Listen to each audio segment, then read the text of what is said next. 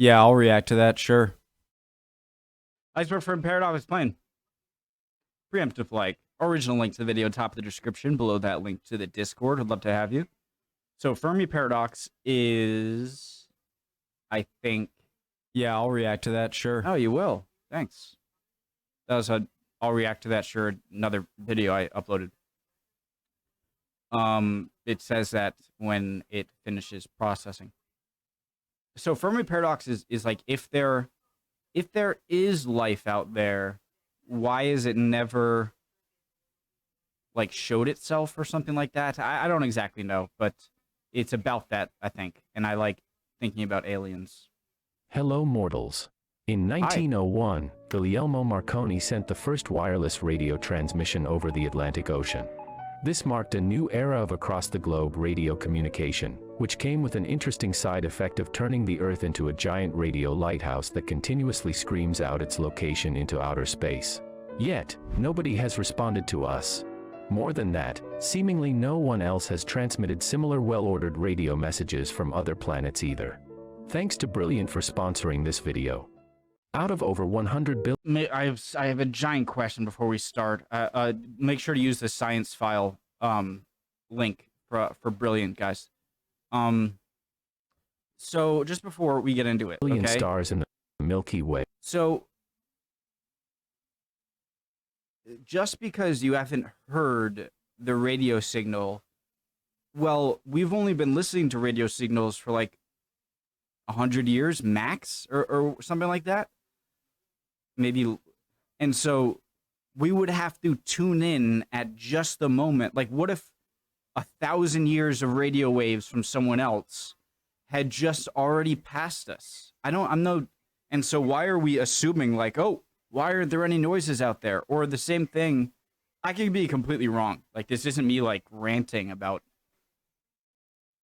like, I can be wrong, and you can tell me that in the comments, please. But and the same thing with sending stuff out there. Well, if we've only been sending stuff out for like 100 years, that means that we've only ever reached 100 light year radius, right? Only 100, but in terms of the universe, I mean, how many stars are within 100 light years? And how many planets? And so, anyways. Each with an average of 2 planets orbiting them, it is estimated that our galaxy harbors at least 300 million Earth-like planets. Estimates vary from millions of inhabited planets and thousands of interstellar civilizations to none. Although we've been constantly broadcasting and listening for more than 100 years, the universe looks lifeless. Thinking about this, the Italian-American physicist Enrico Fermi, being in a casual conversation about recent UFO reports, asked the question, but where is everybody? Thus, the existential Fermi paradox was born, which is the conflict between the lack of clear, obvious evidence for extraterrestrial life and various high estimates for their existence. The possible explanations range from somewhat exciting or weird, to straight-up terrifying. That's why we shall order them in an iceberg chart, where the ones closer to the tip are more common or comforting, but diving deeper, the answers get more convoluted and frightening. Yeah. As far as we know, the speed of light is the fastest speed possible in the universe, for now. But the universe is big, very big. It may be that technologically advanced alien civilizations exist out there in the galaxy, but they are simply too far away for meaningful two-way radio communication. If an alien civilization lives 10,000 light years away, it will take 20,000 years to exchange a reply. The German astronomer Sebastian von Horner estimated the average lifespan of a civilization to be around 6,500 years and the average distance between civilizations in the Milky Way to be 1,000 light years. Given these numbers, it is highly likely for a civilization to be around 6,500 years and the average distance between civilizations in the Milky Way to be 1,000 light years. Given these numbers, it is highly likely for one or both civilizations to go extinct before finding out about each other's existence. Right, exactly. Or they could give up on their search entirely, given how long it takes to establish communication at the interstellar scale. Radio is lame. But maybe radio waves are overrated. Humans have had radio transmission for only 1.7% of their civilized history. Perhaps alien civilizations are detectable through their radio emissions for a similarly short time, after which they outgrow radio through technological advancement. There could still be some leakage of microwave radiation used to transmit power from solar satellites to ground receivers, but that would hardly be detectable. An advanced alien species could evolve beyond broadcasting through electromagnetic waves and communicate by technologies that aren't yet discovered by humankind, such as streams of neutrinos, gravity waves, or more likely some type of particles whose existence we are not even aware of yet. Perhaps our Milky Way is an entire galactic net of alien communication and we're wearing the wrong glasses. What if aliens are dumb? What if, like 14 billion years for a universe is actually really young, and we're just like one of the first, like to reach where we have. What if we give humanity less credit than it deserves? What if humans are actually more intelligent than most aliens, comparably speaking? Perhaps we're among the first to reach the technological advancement level necessary for communication. You idiot! The oldest discovered fossils of a human belong to an Australopithecus named Lucy, which lived in That's a human. So I always wondered this. Like, when is something? So that is still a human? I don't get it.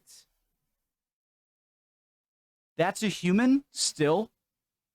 Australopithecus named Lucy, which lived in Ethiopia 2.8 million years ago. Homo sapiens, just like you, emerged in Africa 300,000 years ago, but they started to exhibit behavioral modernity that would differentiate them from other hominins just 160,000 years ago. Before that, they were simple There are still civilizations around today where, that didn't even have writing. That blows my mind. gatherers and hunters. But even with the emergence of civilizations, the first time humans made themselves visible to the universe was in 1898, with the first sent wireless radio signal. Human history is proof that it takes evolution a long time not only to pop intelligent life into existence, but also that the species needs time to come to a development level that would make it visible through space.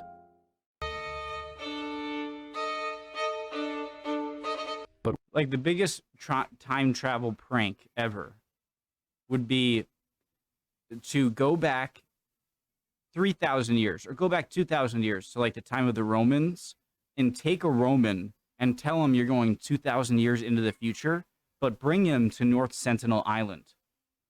And to that Roman, he's going to be like, these people are so much less advanced than we were, and they're 2,000 years in the future. And so clearly it's not just time, it's something else has to happen. But what if aliens aren't dumb? Instead, they're much rarer than we think.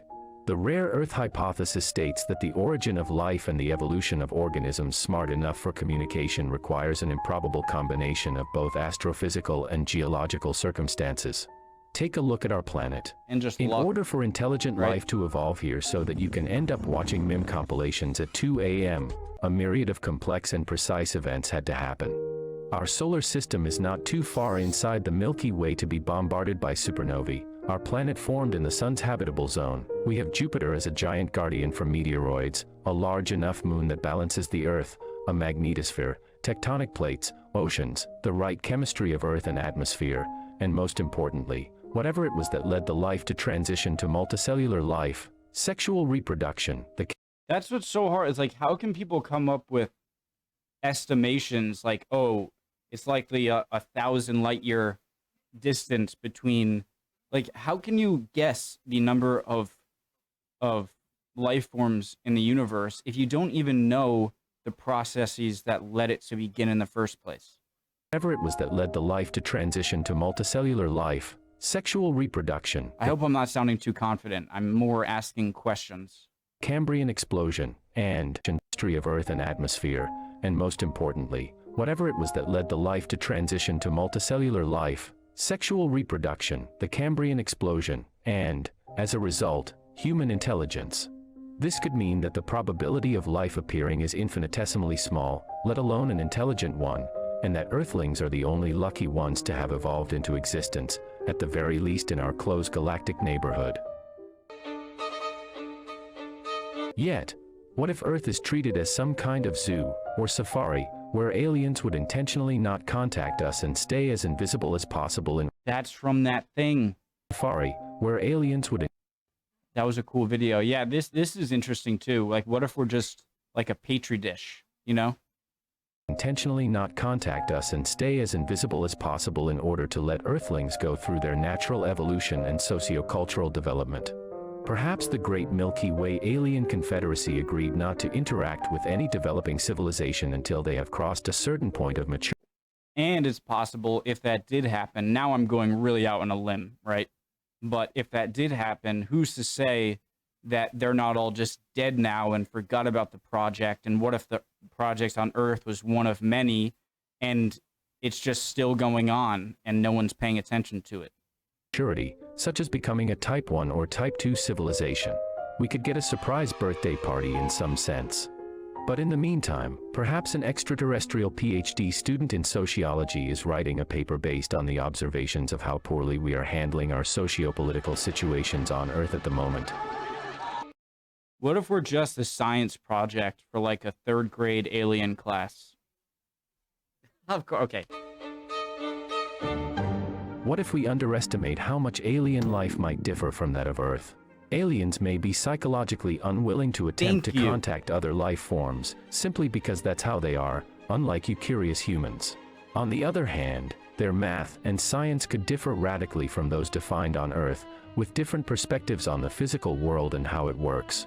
Because of that, their potential residual signals sent into space may appear to us as total nonsense and go undetected. They could also exist as something totally different from us, maybe in the form of electromagnetic fields or as digital entities. If they're advanced enough, perhaps they might live in dimensions or spaces not even yet known to us. Time for the most plausible explanation of all. So they get more plausible as you What go if down. we've already detected them, but thought that it was too good to be true? Seriously. Have you seen this photo, or this? What about this? Is this not realistic enough for you? Maybe you also think that Egyptians built the pyramids. And who Stop. do you think the Nazca Stop it, Ancient Aliens. Stop it. The problem I have with Ancient Aliens, and I like watching Ancient Aliens a lot. Like sometimes I like just put it on for background, but not because I believe in it. And the problem is that their premise of the Ancient Aliens show that like, you know, things, you know, humanity was boosted up by extraterrestrials to achieve a level of technology we have. Maybe that's true. Okay, that's plausible to me. But then they continue to explain every single thing on Earth that isn't explainable. Aliens. Aliens. And it reaches a point to where you started off very scientific, and then you're just so wishful thinking yourself that you're just going down a spiral of just hoping that everything is an alien. And if I built the pyramids, I'd be pretty pissed off. You think, no, we did that. lines were made for? Alex Jones was sent from the heavens to open our ignorant eyes. The government most certainly knows about them, and is in active contact with them. Or even worse, They're the government communists. is the aliens in disguise. Or perhaps the true aliens are the friends we've That's like, what's the one? You either put on these glasses or start eating that trash can. Among Us? No, that's a game. I forget. made along the way. But in all seriousness, scientifically speaking, it's highly unlikely that any of the alien conspiracies are real. On this topic, I can recommend the book, The Demon-Haunted World, by Carl Sagan. So let's keep it rolling. Von Horner also concluded that technological Nuclear bomb? advancements may usually bring to the destruction of a civilization based on the premise stating that the progress of science and technology on Earth was driven by two factors, the struggle for domination, and the desire for an easy life. The first one can potentially lead to complete destruction, while the second one leads to biological and mental degradation. Take the Cold War for example. During that period, tensions between the two world powers were so intense that it could have led to a near-total nuclear annihilation of our entire species. The few survivors would be thrown centuries into the past. We can thank Stanislav Petrov for preventing that, who correctly assumed that an American nuclear attack on the Soviet Union spotted on the radar was a false alarm. For the second factor, The desire to make life easier and consumerism in today's society comes at big costs of climate change and environmental damage that reflects on the overall well-being of humans. Perhaps a similar destructive fate is inevitable for all intelligent civilizations. I think, like, right here. For dominating advancements in science and technology I think that, on Earth let me go during back. the centuries in for at big cost. I think that it's important to not have an expectation that, like, oh, aliens are out there just waiting for us, or like, oh my god, look at how smart we are. Like, there has to be an end game. I think it's important to accept the real possibility that this is all not mapped out. Like, it wasn't, there's no plan, there's no anything. It's just life since its beginning is just a way to get more energy and then reproduce, get more energy and then reproduce. And so humans are no more evolved than a plant is, in that they've both spent the same amount of time evolving. It's just that they found their different niches to survive. And so all evolution cares about, right, is that you reproduce. It doesn't care how smart you are. It doesn't care how whatever. It maybe being smart isn't always a good thing for evolving. You know, sometimes just like eating grass and being kind of big but not that smart can be better in the long run. You know, like living fossils like crocodiles and sharks, like they fit in a niche so well that they didn't really have to change. And so I don't see intelligence as like a bar that evolution shoots for. I think intelligence is one aspect that life can just kind of seep into, and it's not like a target, you know? Another hypothesis is that an intelligent species beyond a certain point of technological advancement will start destroying other intelligent species as they are discovered. Be it paranoia, desire for expansion, greed, or just pure evilness, aliens might come in many flavors. Pure This evilness? behavior might also be seen as an act of caution. I don't like that. What do you mean? Desire for expansion, greed, or just pure evilness. Pure evilness. I don't like that. That doesn't make any sense. Aliens might come in many flavors. There's got to be a reason, you know? This behavior might also be seen as an act of caution. A formerly aggressive intelligent species that has overcome their own self-destructive tendencies might view any other species as a potential threat to their own, if they assume that everyone is like them. Perhaps the first species that would achieve interstellar travel will necessarily annihilate anyone else who might grow up to become a threat later on. I don't blame them. I wouldn't trust humanity to initiate a peaceful first contact. Have you seen the movies about aliens they make? This theory is named after... Yeah, but who's gonna go watch a movie where aliens show up and everything's cool in the end? Of course, people are gonna want to see these big, Michael Bay type stuff, explosions and... For the Dark Forest novel by Liu Cixin, where aliens dare not reveal themselves in fear of a highly aggressive and technologically advanced species that hunts down anyone that makes their presence known. If such a civilization exists and terrorizes the galaxy, the most rational decision for us would be to send as few radio signals in space as possible. Heck no. That's like not even playing the game. It's like, why? It's better to risk it to find what's out there than to never risk it and just be like, well, just chill here. This way, humanity is less likely to be detected by an apex predator. Stephen Hawking was quoted as saying that meeting an advanced civilization could be like Native Americans encountering Columbus. That didn't turn out so well. Let's hope they're wrong, otherwise we have to be really silent. There have been 5 major mass extinctions on Earth so far that resulted in most living species being eliminated. You see, I hate that idea of like, oh, we shouldn't send stuff because there could be an alien that wants to kill us. To me, that's just like flipping the board game because you're afraid you're gonna lose. You know what I mean? It's like, nope, we're not playing. Whoosh. It's like, okay, now great. Now what? Now we just sit here and try and be happy? I don't. Like the one of the non-avian dinosaurs, or the Permian-Triassic extinction, which has killed over 90% of all species. What if life arising in the universe isn't that rare? However, mass extinctions happen so often that it makes it virtually impossible for an intelligent species to evolve past the point of interplanetary expansion. Events such as large asteroids, massive volcanic eruptions, gamma-ray bursts, solar flares, or major pandemics could cripple or destroy intelligent life. Aside from the natural ones, a civilization might auto-destruct because of a technologically caused extinction. What if Wait. pandemics could... Another thing is, before I forget it, we always look for stuff like on the same scale as us. Who's to say that like we aren't on the scale of bacteria compared to another life form, you know? Like, who's to say that we're looking for species to be on other planets, but maybe stars and planets are as small as like atoms are to us, to aliens, or to other life forms. Does that make sense? Or maybe vice versa, or maybe other alien life forms are extremely small, but we'd be looking for them like in rocks and stuff. civilization might auto-destruct because of a technologically caused extinction?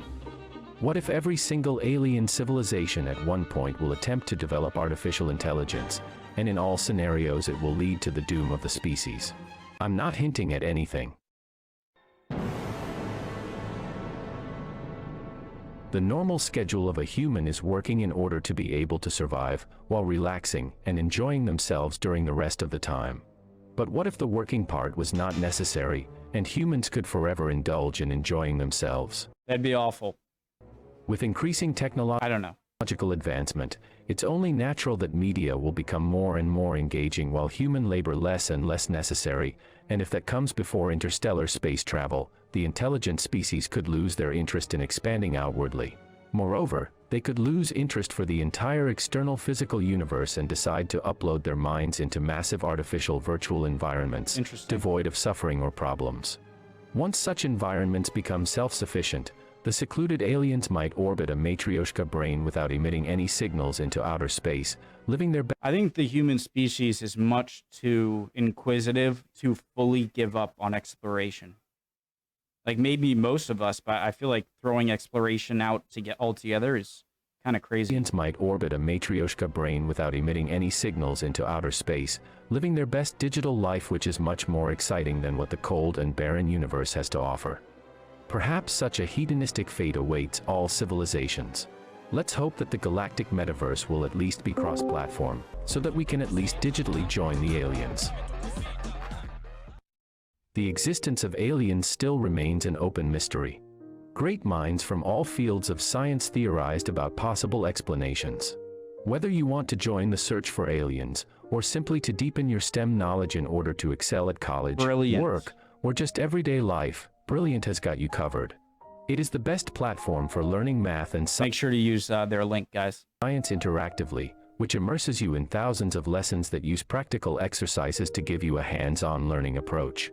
Given the exclusive new content that is added monthly, you can continuously improve your science-oriented intuition by tackling challenges in a variety of subjects, from computer science and math, to quantum mechanics and astronomy, all in a relaxed setting with bite-sized lessons.